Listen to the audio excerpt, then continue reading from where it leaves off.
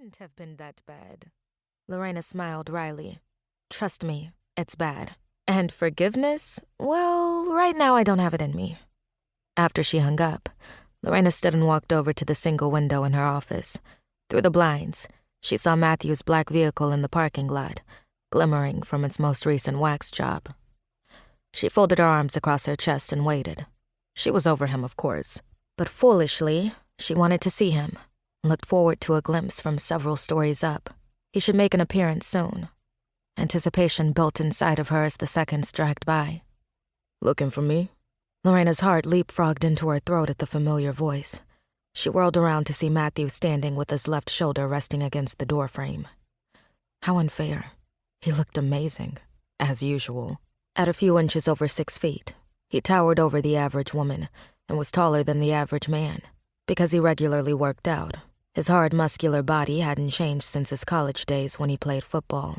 He always took great care with his appearance, from his weekly barbershop visits to make sure his Caesar haircut stayed low-cut and finely trimmed, to picking out the right clothes and sending them out to be cleaned and pressed. Almost everything he did was for one purpose: to capture the attention of the opposite sex. "What are you still doing here?" she asked. "Rahab thought you must have slipped out when she wasn't looking." She was wrong. I know you see my truck is still out there. That's why you're standing at the window, isn't it? To see when I leave. Patches of color tinged her caramel cheeks. "Don't flatter yourself. What do you want?" she demanded. His body had tightened the minute she turned her brown gaze on him. He'd missed her, but he hadn't realized the extent until he saw her again. He'd been enjoying the view from behind, the tailored slacks hugging her trim waist and covering what he knew to be toned runner's legs. Her lean body was muscular, but managed to be soft and feminine at the same time. Damn, she looks good, he thought.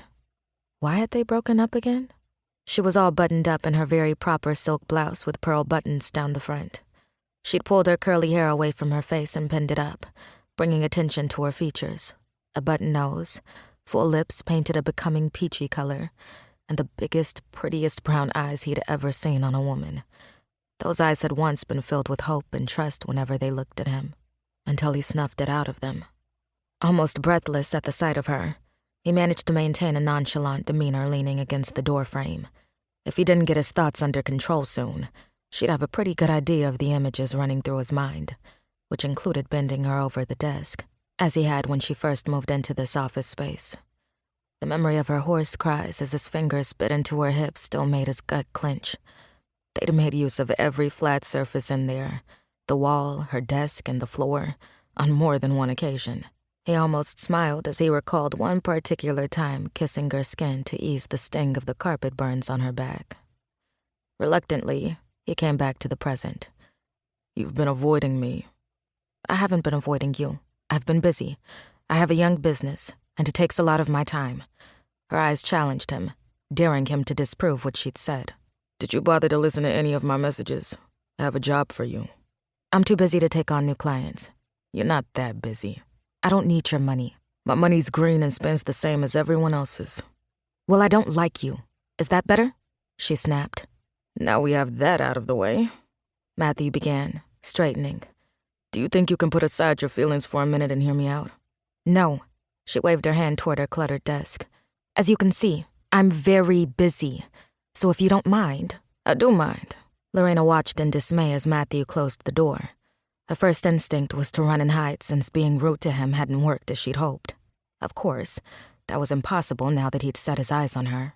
She reminded herself she had nothing to fear from him. He was, after all, just a man. A giant of a man with a powerfully muscular physique, a strong jaw, beautifully broad nose, and smooth skin the color of espresso. But still a man. He couldn't cause her any more pain than he already had. She wouldn't let him. He came forward with a slow, rolling walk, as though he had all the time in the world.